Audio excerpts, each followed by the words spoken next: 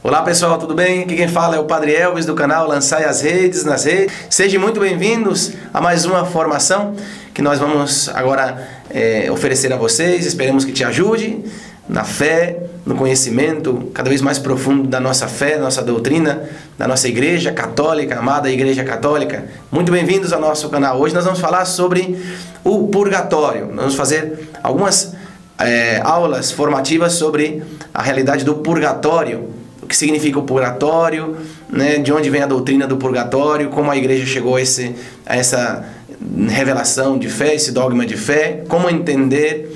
Hoje nós vamos falar especificamente sobre o que há no purgatório. O que há no purgatório? O que acontece na vida pós-mortem, né? Nós muitas vezes nos ficamos numa incógnita, né? Porque não há, pelo menos na Bíblia, não explica exatamente, né, como é esse passo da vida temporal à vida eterna e como é o estado intermédio, né, o estado intermédio, este estado entre a vida temporal e o passo à vida da glória de Deus, né? Para explicar sobre o que acontece no purgatório, nós vamos recorrer, claro, à visão que tiveram os místicos sobre essa realidade.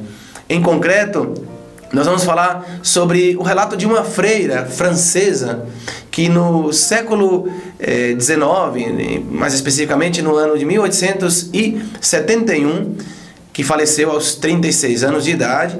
E essa freira, ela, 2 anos depois de sua morte, 2 anos mais tarde, em novembro de 1873, ela começou a se aparecer desde o purgatório a uma companheira do convento, né, chamada Irmã Maria da Cruz. E todos esses relatos desse diálogo entre a freira que se encontrava no purgatório e a Irmã Maria da Cruz está contido num livro chamado Manuscrito do Purgatório, escrito anos depois. Escrito, na verdade, até os anos 90, né? Foram recopilados todos esses relatos e colocados por escrito. Esse livro está acessível também. São revelações privadas. O que são revelações privadas?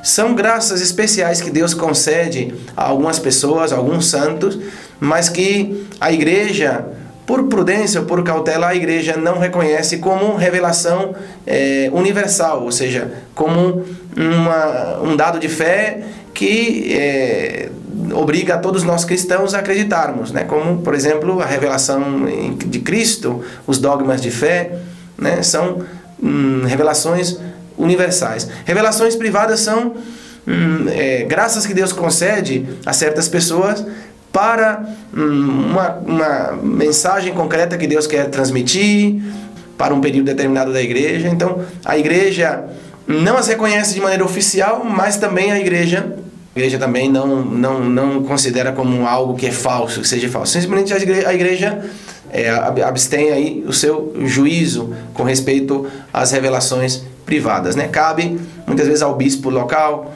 a um sacerdote discernir, né? E a Igreja depois confirma se esses relatos, se esses fatos são verídicos e os reconhece ou não. Por exemplo, as aparições de Nossa Senhora, as aparições de Nosso Senhor aos santos que foram reconhecidos depois pela Igreja, são revelações privadas, né? Nesse caso, a Igreja, né, não reconhece como uma revelação universal, então não obriga a crermos, então você é livre para acreditar ou não, né? Mas a Igreja também, repito, a Igreja também não proíbe sua divulgação, né? Se serve para a nossa fé, para ajudar a nossa fé, né? Maravilha, né? Portanto, este livro, né, manuscrito sobre o purgatório, ele retrata, pois, o diálogo entre ambas religiosas, né? A religiosa que se encontra no purgatório e a Irmã Maria da Cruz, que ainda vivia no convento, né? Ela explica que no purgatório há como distintas etapas.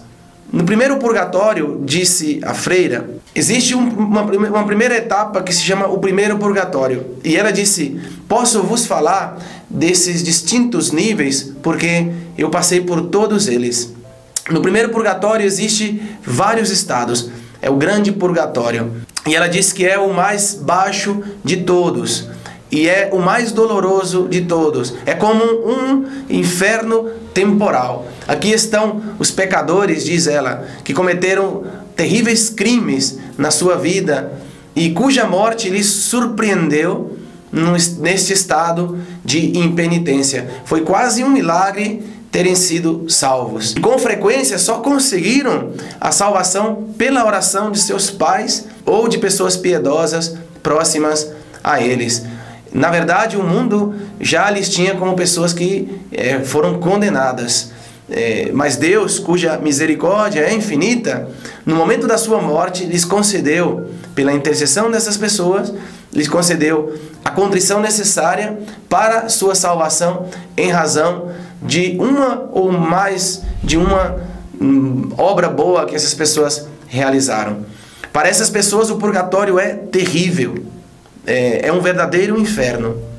Com a diferença de que no inferno se blasfema contra Deus e se maldiz a Deus, enquanto que neste lugar nós lhe bendizemos, lhe rendemos graças por ter nos concedido a salvação, a graça da salvação. Ao lado destas almas, diz a freira ainda, que estão aqueles que, mesmo não havendo cometido grandes crimes como os demais, foram também indiferentes a Deus.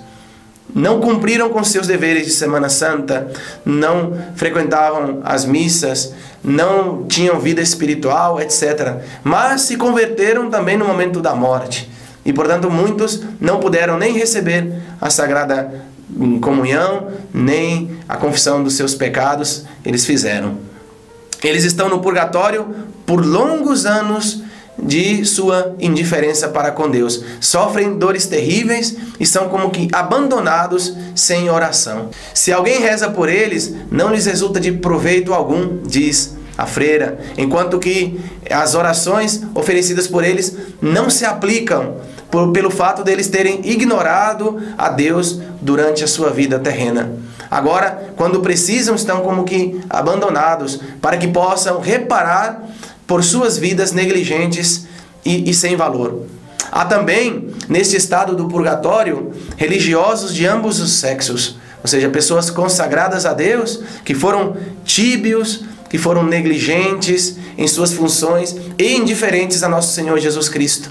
Também estão sacerdotes que não exerceram bem o seu sagrado ministério, que não trataram a Deus com a devida reverência, a sua divina majestade, e que não ensinaram suficientemente as almas confiadas a eles a amarem a Deus. Diz a freira, eu estava nesta etapa do purgatório. E diz ela que havia uma força irresistível que atraía para Deus, mas por outro lado também havia uma força que os empurrava para o lugar de expiação. Estamos num estado, diz ela, que não podemos satisfazer nossos anseios. Então anseia alcançar a Deus, anseia passar para a glória de Deus, mas há uma força que lhes retém, que lhes impede aceder à glória de Deus, pelo fato de que necessitam expiar pelos seus pecados. Segundo purgatório. Na primeira etapa nós vimos o relato da freira. O segundo purgatório, diz ela, nessa etapa que ainda é purgatório, mas também é diferente do primeiro grau. Se sofre muito, mas menos que no grande lugar de expiação. Diz a freira, no segundo purgatório estão as almas daqueles que morreram com os pecados veniais, daqueles que não expiaram todas as suas imperfeições até o momento antes da morte. E também os pecados mortais, aqueles que cometeram pecados mortais, mas que não cumpriram inteiramente com a justiça divina. Santa Faustina, por exemplo, que teve uma experiência de visitar o purgatório, segundo a graça que Deus lhe conferiu, ela ouve de Deus uma voz que dizia: minha misericórdia não quer isso, mas minha justiça o exige. Nesta parte do purgatório também há diferentes graus, de acordo com os méritos de cada alma. Assim, o purgatório das almas consagradas, daqueles que receberam graças mais abundantes, é mais longo curiosamente, é mais longo e mais doloroso que as pessoas comuns, justamente pelo fato de terem recebido muitas graças e muitas bênçãos que as demais pessoas. Esses sofrem um purgatório muito mais longo. O terceiro, purgatório. Por último estão o purgatório de desejo, que se chama como que o pórtico. Neste purgatório não há fogo. As almas que não desejam ardentemente o céu, que não amam a Deus, ou não amar a Deus o suficiente, estão ali. Muito poucos escapam a este, diz a freira. Para evitá-lo, deve ter um ardente desejo do céu, um grande desejo de ver a Deus. E isso é muito difícil, mais difícil do que possamos imaginar, dizia ela. Pois, inclusive, as pessoas piedosas, as pessoas que têm medo de Deus, muitas vezes, têm medo da morte, e não têm o desejo suficiente do céu, e não têm, por isso, um suficiente desejo tão forte para ir ao céu diretamente. Esse purgatório tem como o seu martírio, é muito doloroso também como os demais, porque além de não estarem ainda participando da glória de Deus, ou seja, a privação da glória de Deus, se soma também intensos sofrimentos, e além disso, nessas três etapas, nessas três partes, há muitos graus de variedade. Pouco a pouco, na medida em que a alma se purifica, seus sofrimentos vão se mudando e vão cada vez mais se purificando. Quarto purgatório. No quarto purgatório, vemos São Miguel, como vemos os anjos. Eles não têm corpo. Ele trata de conseguir que as almas terminem de se purificar. Ele é quem as conduz ao céu, diz a religiosa. Ele é o anjo mais elevado, o anjo de maior luz. Nossos anjos guardiães próprios, nossos anjos da guarda, também vêm nos ver, mas são bem diferentes de São Miguel. São Miguel é muito mais belo que eles. Mas a Santíssima Virgem também vem nos ver, mas ela vem em corpo glorioso. Ela vem ao purgatório durante as festas dedicadas a ela e eleva consigo muitas almas para o céu. Enquanto ela está conosco, não sofremos. São Miguel a acompanha. Quando ele vem sozinho, nós sofremos como sempre. Quinto purgatório. A importância das orações e sacrifícios pelas almas do purgatório. Existe um número de almas, mas são poucas, que têm um pequeno número de pecados veniais que expiar. Estas não permanecem muito tempo no purgatório, diz a religiosa. Algumas orações bem feitas, oferecidas a elas, alguns sacrifícios feitos com muito amor, são entregues em pouco tempo. Mas as almas, como a minha, acontece, e que acontece com quase todos, diz ela, cujas vidas foram tão vazias que prestaram pouca ou nenhuma atenção à salvação, então, conosco, é como se toda a vida devesse ser reiniciada de novo nesse lugar de expiação. Conosco acontece que nós temos que reparar como se começássemos a vida de novo, para reparar tudo que nós, por negligência, não fizemos a Deus e ao próximo. A alma deve, portanto, ir aperfeiçoando-se no amor e no desejo de Deus, e a quem não se amava o suficiente na terra. Esta é a razão pela qual a liberação de algumas almas demora muito. Deus me deu a graça muito grande e permitiu de ter muitas orações. Eu não merecia, mas sem essa ajuda eu estaria como a maioria dos que estão aqui por anos e anos. Sei que quando estão rezando por mim, também todas as almas aqui no purgatório sabem também quando rezam por elas. E somos muito agradecidos. E a bem poucos daqui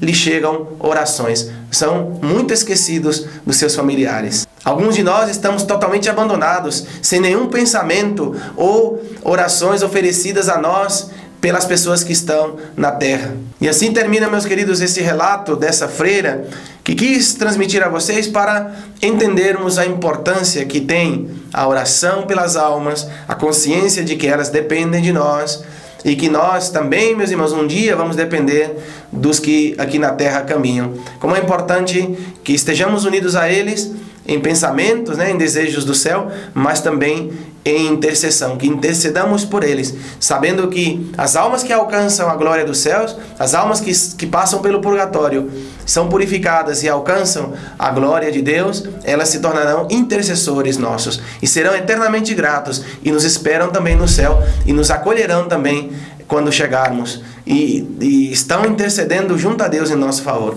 Se você gostou desse vídeo, peço a você que dê aí o teu like, ative o sino de notificações para que os vídeos possam ir chegando a você, as formações, e também divulgue o canal que pode ajudar muitas pessoas, especialmente nesse tempo que estamos vivendo. A intenção é que muitas pessoas possam se beneficiar dessas formações.